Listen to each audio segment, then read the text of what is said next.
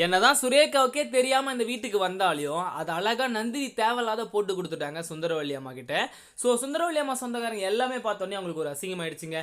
வீட்டில் இருக்கிறவங்க எல்லாருமே நந்தினிக்கு எதிரியா இருக்கணும்னு சொல்லிட்டு ரேணுகா போட்டு கொடுத்து ரேணுகா போட்டோ எடுத்து அப்படியே கொடுத்தது தான் அர்ச்சனா கிட்ட. அர்ச்சனா கரெக்டாக வத்தி வச்சுட்டாங்க. அண்ணே அந்த ரூம்ல திருட தான் போறான்னு நான் நினைச்சேன், அவன் அந்த ரூமுக்குள்ள போறான்னு கூட எனக்கு தெரியாது அப்படின்னு பார்த்தோன்னா கல்யாணத்துக்கிட்ட நம்ம நந்தினி பேசிட்டு இருப்பாங்க. இப்போ சூர்யாவை பார்க்கறதுக்காக நம்ம சுரேகா வந்தோடனே சுரேகா கிட்ட கேட்பாங்க, அந்த பையனை உன் பக்கம் கூட பார்க்க வேணாம்னு சொன்னேன், அப்படி இருந்தும் அவன் எப்படி இந்த பர்த்டே ஃபங்க்ஷனுக்கு வந்தான், நீ கூப்பிடாம வந்தானா இல்லை நீ கூப்பிட்டு வந்தானா அப்படின்னு பார்த்தீங்கன்னா கேள்வி கேட்கவும், இவன் என்ன நல்ல அண்ணன் மாதிரி திடீர்னு இப்படியெல்லாம் கேள்வி கேட்குறான் அப்படின்னு பார்த்தீங்கன்னா சொல்லுவாங்க. சூர்யாவுக்கு ரேணுகா அதாவது இந்த சுரேகா மேலே என்னதான் அக்கறை இல்லைனாலையோ அவர் அண்ணன்றதை அப்பப்போ நிரூபிச்சுட்டே இருப்பார், கிஃப்ட் கொடுக்குறது இந்த மாதிரி பண்ணிட்டு. ஸோ இப்போ என்ன நடக்குதுன்னு பார்த்தீங்கன்னா, எனக்கு தெரியாதுன்னு அவன் எப்படி என் சின்ன வயசு ஃபோட்டோவை இந்த வீட்டிலேருந்து எடுத்துகிட்டு வந்தான்னு கூட எனக்கு தெரியல, என் வீட்டில் இருந்த சின்ன வயசு ஃபோட்டோவும் கொஞ்சம் காணும் அப்படின்னு பார்த்தீங்கன்னா உண்மையை சொல்லிடுவாங்க. இதுக்கப்புறம் வீட்டில் என்னமோ ஒன்று நடக்குது, அது என்னதான் தெரில. சூர்யாவுக்கு விஷம் வச்சாங்க, இந்த மாதிரி டெண்டர் விஷயத்தில் இந்த மாதிரி பண்ணாங்க. அதுக்கப்புறம் பார்த்தீங்கன்னா ஃபோட்டோ காணாமல் போயிருக்கு. வீட்டில் யாரோ ஒருத்தர் எக்ஸ்ட்ரா இருக்காங்க, அவங்க தான் அந்த கருப்பாடு யாருன்னு தெரியல அப்படின்றாங்க.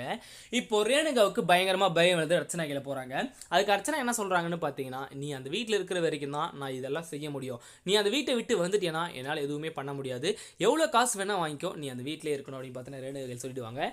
இப்போ ரேணுகாவும் சரி காசு தான் நமக்கு முக்கியம் சொல்லிட்டு மறுபடியும் வேலையை ஸ்டார்ட் பண்ணதுக்காக வீட்டுக்குள்ளே வருவாங்க. இந்த மாதிரி நம்ம நந்தினியும் கல்யாணமும் புலம்பிட்டு இருக்கிறத அப்படியே எடுத்துகிட்டு போயிட்டு ரேணுகா மறுபடியும் கால் பண்ணி அர்ச்சனா கையில் சொல்லவும், நீ எதுக்கும் கலங்காத, அவளுக்கு எவ்வளோ டவுட் வந்தாலும் நான் தான்றதை கண்டுபிடிக்க முடியாது, ஒருவேளை நீ மாட்டிக்கிட்டேன்னா ஏதாச்சும் சொல்லிட்டு அந்த இடத்த விட்டு எஸ்கேப் ஆகிடு அப்படின்னு பார்த்தீங்கன்னா சொல்லிட்டு இருப்பாங்க.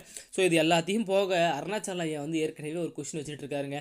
யார் தான் சூர்யாவுக்கு அந்த விஷம் மருந்தை கலந்து கொடுத்துருப்பாங்க, உயிரே போகிற அளவுக்கு கலந்து கொடுத்துருக்காங்கன்னா கண்டிப்பாக அவங்க பயங்கரமான எதிரியாக தான் இருக்கணும், இந்த வீட்டில் நம்ம வீட்டு ஆளுங்க யாரும் இல்லை அப்படின்னு பார்த்தா சொல்லுவாங்க. ஸோ நம்ம நந்தினிக்கு லைட்டாக டவுட் வந்துருச்சு ரேணுகா மேலே. ஏன்னா எல்லாருமே இந்த வீட்டு ஆளுங்க, நான் அந்த தப்பை செய்யவே கிடையாது, கல்யாணம்னு கண்டிப்பாக பண்ண மாட்டார், சமையல் கட்டுக்கு வர்றது ஒரே ஒரு ஆள் எக்ஸ்ட்ரா அவன் மட்டும்தான், ஒருவேளை ரேணுகாவாக தான் இருக்குமோன்னு சந்தேகப்படுறாங்க. ஸோ இதே மாதிரி இன்ட்ரெஸ்டிங்கான வீடியோவை நீங்கள் பார்த்து தெரிஞ்சுக்க நம்ம சேனலை சப்ஸ்கிரைப் பண்ணி பெல் ஐக்கானை கிளிக் பண்ணிக்கோங்க. அப்போ தான் நான் போடுற அடுத்தடுத்த வீடியோ உங்களுக்கு உடனுக்குடனே சேரும் ஃப்ரெண்ட்ஸ்.